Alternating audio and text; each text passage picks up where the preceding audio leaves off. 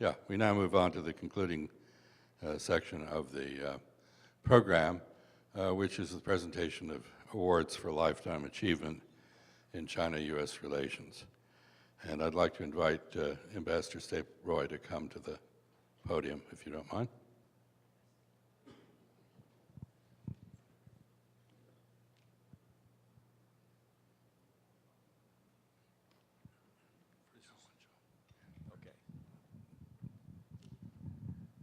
Thank you. I have the honor to be the presenter of the first Lifetime Achievement Award to Ambassador Zhou Wenjun. I am particularly honored to have this opportunity to do so because I have had the opportunity to work closely with Ambassador Zhou over many years, and we share some common points together. We're both natives of Jiangsu province. We both were ambassadors to small, tiny island states, and we both also served as ambassadors to great continental powers. So I am very pleased and honored that I have this opportunity to present to Ambassador Zhou Wenjun the Lifetime Achievement Award for China-U.S. relations.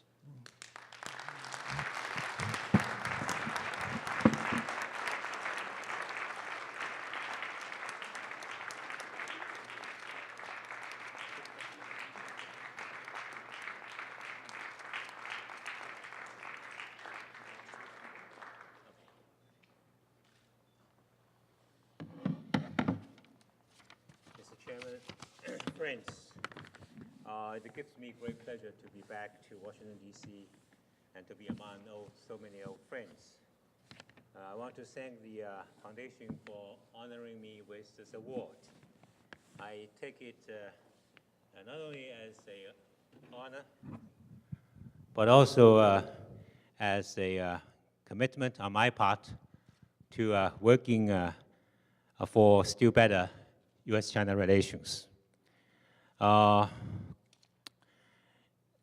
think what Dr. Brzezinski has said has provided a very good opportunity for me to follow up at my meeting with him on Friday. He quoted one newspaper, and I want to quote the 18th Party Congress. I think last month, the 18th National Congress of the Communist Party of China was successfully concluded, which elected a new central collective leadership with Xi Jinping as a general secretary. The Congress also set ambitious goals, namely completing the building of a moderately prosperous society in all respects by 2020, and making China a modern socialist country that is prosperous, strong, democratic, culturally advanced, and harmonious by 2050. The Congress reaffirmed solemnly to the world that China will unswervingly follow the path of peaceful development and a win-win strategy of opening up. China is committed to growing friendship and cooperation in all fields with other countries, including improving and growing relations with the United States and other developed countries, and establishing a new type of major country relations of long-term stability and sound growth. In this context, it is all the more imperative for China and the United States to work together to strengthen dialogue, communication, and cooperation, and to properly handle sensitive issues with a view to ensuring steady development of bilateral relations in the years to come. This is a responsibility for every one of us. I think our friends present here would support and agree to what has been said moments ago when I'm trying to quote the resolution of the party's Congress, which took place some time ago. And again, I want to thank the Foundation, and I think I can assure you that we are of the view that China, United States share many common interests, and our common interests still outnumber our differences. Looking back, there have been twists and turns and ups and downs, but I think we have made it possible for the two of us to work out a successful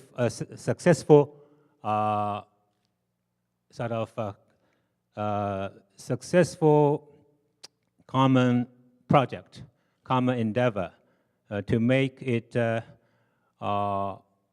lasting and productive and constructive for the region and for the world. And I hope and I'm sure you will join us in continuing that in making it more sustainable and making it a continued development in our two countries, between our two countries. Thank you all.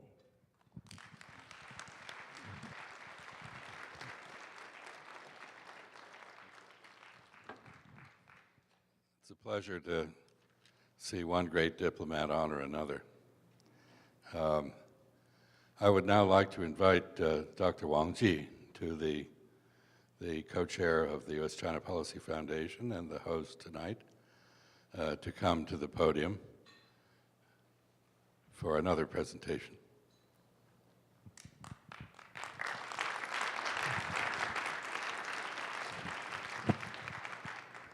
Thank you, Ambassador Freeman. And now it's my turn to say a few words. I'm here to present the award to my old friend, Ambassador J. Stapleton Roy. And first, let me introduce him. Ambassador Stapleton Roy is director of the Kissinger Institute on China and the U.S. at the Woodrow Wilson Center. And now, before that, Mr. Ambassador Roy served as ambassador to Singapore from 1984 to 1986, ambassador to People's Republic of China 1991 to 1995, and ambassador to Indonesia from 1996 to 1999. In 1996, he was promoted to the rank of career ambassador, the highest rank in the Foreign Service. Ambassador Roy's final post with the State Department was the Assistant Secretary for Intelligence and Research. He retired from the Foreign Service in January 2001 after a career spanning 45 years with the U.S. Department of State. He joined the Woodrow Wilson Center for Scholars in September 2008. He headed the new created Kissinger Institute on China and U.S. Now, let me tell you something unofficial. I know Ambassador Roy since 1956. I don't think anybody else knows him longer than I do. So, he knows me because I was an instructor at Georgetown University, Chinese department. He came to my class. He said, he was born in Nanjing. I said, oh, you're from China. So we become very good friends. Every weekend, I go to his townhouse at Reservoir Road. We cook dumplings. His brother, David, professor at Chicago University, also joined us. So I know Ambassador Roy for a long, long time, and he knows me for a long, long time. He came to our wedding in 1958. He rode a scooter wearing a helmet. That was almost 55 years ago. So this is my relation with Ambassador Roy. When I asked him who do you want to present it award to, he said, how about you? It's mostly me. I said, well. So that's why I'm here today, and I want to thank Ambassador Roy and to come here today. And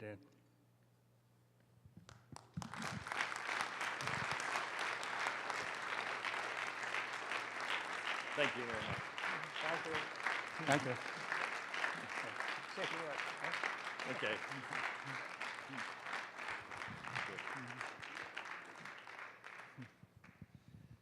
Thank you, Dr. Wong. I can think of no greater honor than to receive this award from my former language teacher. Dr. Wong actually had a very significant influence on my career. I joined the State Department with a smattering of childhood Chinese, and the course that I took with him at Georgetown University was beginner's Chinese. So I started from the very beginning with him, and then I asked him to come to my house twice a week in the evenings to continue studying Chinese. And in a little over a year, I'd made so much progress under his tutelage that the State Department violated its rule and assigned me directly to advanced Chinese language training, whereas junior officers, I was a very junior officer, required an overseas assignment before they could receive language training. So it really was Dr. Wong who got me started on my State Department career. But when I think about the fact that when Dr. Wong started teaching me Chinese, there was no relationship in the world that was as hostile as the US-China relationship. This was 1956, 57. We couldn't speak to each other. We glared at each other at diplomatic receptions. And yet, 14 years later, we had the breakthrough when Dr. Kissinger visited Beijing, leading up to the visit by President Nixon. And a mere 22 years after that time, we toasted each other on establishing diplomatic relations with each other. That's an extraordinary turnaround in a very important relationship in a remarkably short period of time. And here, 33 years later, after we established diplomatic relations, our relationships are so closely intertwined that when we get angry at each other, as we periodically do, we can't find a way to punish the other one without doing damage to our own interests. So when I think about this, and none of this happened accidentally. The turnaround in the relationship was caused by leaders. My wife and I were lucky enough last night to be in New York for a holiday dinner with Dr. Kissinger, who of course was instrumental in orchestrating the breakthrough in our relationship in 1971. And tonight I was honored to sit next to Dr. Brzezinski, who of course was instrumental in orchestrating the establishment of diplomatic relations between the United States and China. Quite frankly, to receive a Lifetime Achievement Award simply for having served in the shadow of these giants of American diplomacy would make me very, very proud. And when I think about the future of the relationship and look at the problems that Dr. Brzezinski laid out so clearly in his remarks tonight, about the challenges that our two countries are going to have in dealing with each other and whether or not conflict between us is inevitable. And when I think back on my own career in the Foreign Service and watched great leaders take very troubled relationships and get them onto the right path to cooperation and mutually beneficial relationships, I am confident in looking to the future that the issue is not whether or not this is possible, it's a question of whether or not we can produce the leaders in each country that can make it happen. Because there is nothing, in my experience, that good leaders cannot do in shaping the course of history in positive ways, and I've seen it happen under my own eyes during the time that I have been in the Foreign Service, and one of those men is here tonight, and Dr. Brzezinski. Ambassador Zhou, that I just was privileged to present the award to, has also played a very instrumental role in shaping the U.S.-China relationship. I'm confident that we can generate such leaders in the future. Thank you.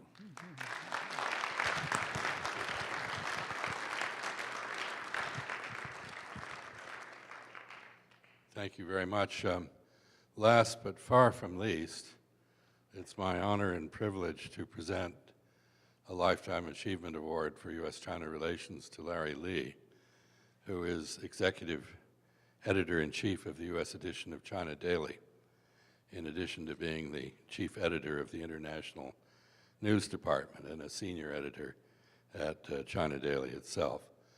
He graduated from the PLA, University of Science and Technology, Chinese Academy of Sciences, and Cheng-Kung University Graduate School of Business. He began his career as a correspondent for the People's Daily. Previously had worked as the chief reporter of Xingdao Daily and San Francisco and Washington bureau chief, and later as overseas editor-in-chief. He's published a wide range of books, like Taiwan's General Election and The Last 100 Days of Colonial Hong Kong. Larry Lee was also a guest lecturer at the University of California at Berkeley and a lecturer at the Chinese Academy of Social Sciences in Beijing, and at Beijing University and Tsinghua. And in 2005, he pushed the entire shareholding reform of China Insurance Media Company Limited, the first of its kind in the media industry in China. Those of you who have followed this publication that Larry oversees or who read it know what an incredible resource it has become. Such great progress from the days when if you wanted to read about China, you either did it in Chinese, in language that was deeply offensive to those of us who are not Chinese, or you read it in Chinglish. Now we have beautifully polished English professional reporting with graphs and lots of statistics and information on things connected to China, but not just China. This newspaper has excellent coverage of international affairs in general as well, and I think it makes a huge contribution. 170,000 copies are distributed daily in the United States from 9 publishing locations, and it makes a huge contribution to keeping Americans in touch with this extraordinarily important country across the other side of the Pacific. So, Larry, if I may, I'd like to present you with this award.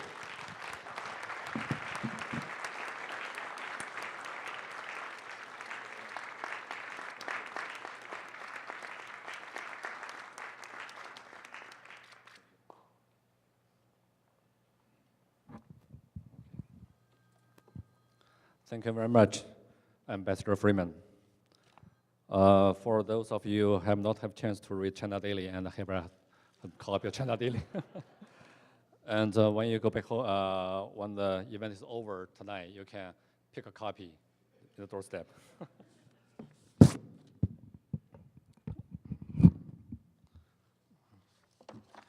Dr. Brzezinski, Chairman Wang, Ambassador Zhou Wenzhong, Ambassador Roy, ladies and gentlemen, I'm honored to accept this award. But I do so not only on my own behalf, but also for China Daily USA. In addition, it's a great privilege for me to be honored today in conjunction with 2 of the most distinguished diplomats from China and the US. I congratulate my fellow honorees, Ambassador Zhou Wenzhong and Ambassador Stephen Roy, for their well-deserved Lifetime Achievement Awards. When China Daily began its rapid expansion in early 2010, Ambassador Zhou was just about to leave Washington for a new posting as Secretary General for Boao Forum of Asia. 3 years later, China Daily is published in 9 US cities with a circulation of 170,000. We are in the process of engaging even more readers on mobile devices like Kindle and iPad. I consider Ambassador Roy my countryman, as he was born in my hometown of Nanjing, Laoxiang, so we can converse in Gangnam-style Nanjing dialect. When China Daily celebrated its 30th anniversary last year, Ambassador Roy honored us with a very nice speech. Actually, we can call tonight's event the Night of Jiangsu, since Ambassador Zhou's root is also in Jiangsu province in Zhenjiang. I would also like to extend my congratulations to Ambassador Zhang Yesui. He has a very tight schedule and couldn't be here with us tonight. Ambassador Zhang was just elected a member of the Central Committee at the 18th Party Congress. 3 of my classmates were elected to the Central Committee, including my college roommate, General Yang Xujun, who is now Superintendent of the National Defense University of Science and Technology in Changsha, Hunan Province, Of course, China Daily had complete coverage of the 19th Party Congress. So if you want to keep up with the developments of China, you cannot afford not to read China Daily. I would like to express my thanks to the U.S.-China Policy Foundation and my heartfelt gratitude to Professor Wang Qi. More than 20 years ago, when I was in my late 20s, I got a chance to know Professor Wang in the San Francisco Bay Area. One of my dreams at that time was to go back to school to earn a PhD, and I was prepared to sign up as Professor Wang's student at Georgetown. However, in thinking about doing this, 20 years slipped by, and I had to kiss the chance goodbye forever. Nevertheless, I'm lucky enough to have had Professor Wang as my mentor since we met first time. I admire him greatly for all that he had done to promote trust and understanding between the US and China. That is the very mission of China Daily USA. China has experienced 30 years of high-speed growth. 2 weeks ago in Shanghai, I met a vice president of SMIC, Zhongxin Guoji, that is Semiconductor Manufacturer International Company. The gentleman had been a lawyer for the US Congress. He commented that a government which can keep an economy growing at an annual 8% for 30 consecutive years. That's a very effective government. A Harvard Business School professor told me that the Chinese government has successfully solved the employment problem, has kept the economy growing, and has maintained social stability. That's a pretty successful formula for a big country like China. As an information communications platform, China Daily would like to serve as a bridge between our two countries and the peoples. Our mission is to let the world know more about China. That is exactly what Mr. Xi Jinping emphasized when he met with Chinese and international reporters for the first time in his capacity as General Secretary of the Communist Party of China. China will have an even brighter future, and because of that, China Daily has more work to do. In 10 hours, I will leave for Nairobi, Kenya, to participate in the launch of China Daily African edition, China Daily Africa. By this Friday, China Daily will be published on every continent on this planet. The award that you have bestowed upon me is encouragement to me to do more to enhance the mutual understanding between our two countries. And Professor Wang will always be my role model in that endeavor. Thank you very much.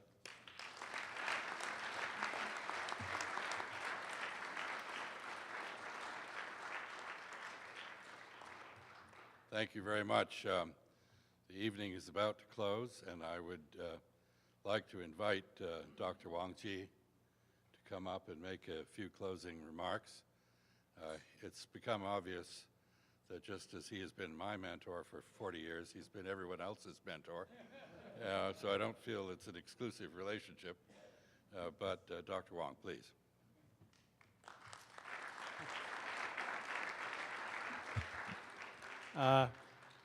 Thank you very much for coming in for dinner tonight. I hope everybody enjoyed it. And I also want to thank Dr. Brzezinski for his most enlightening and interesting and very constructive speech tonight. I'm sure everybody learned something tonight. Plus, I want to thank Ambassador Zhou Wenzhong coming in from China, long travel, and thank you very much. And also, Ambassador Stephen Roy, and I'm going to see you again, but again, you come here to translate with Mrs. Roy, and I haven't seen her for some time. Thank you for coming tonight. And Larry, thank you for coming tonight and for your support. I want to thank all the companies, corporations, and individuals supporting the foundation during the past many years. Without your support, we wouldn't be here tonight. And we hope that you can continue to support us. We are the only one nonprofit promoting education and cultural exchange between U.S. and China in Washington, D.C. here, the U.S. Capitol. And please remember that. There are so many other nonprofit think tanks, but we are the only one promoting cultural educational exchange between U.S. and China. We send congressional staff delegation to China 2 or 3 times a year. We also give a roundtable panel discussion about U.S.-China relations, and hope that in the future you continue to join us. And I wanted to say, please do not forget us, because without companies like Hershey, Coca-Cola, FedEx, and Air China, also China Daily, just a few. If you know anybody, any company, any corporation willing to support us, let me know, okay? Because we need your help. Because without your help, we are nothing here, okay? And thank you very much. I wanted to say good night and have a nice holiday, and probably see you sometime early next year.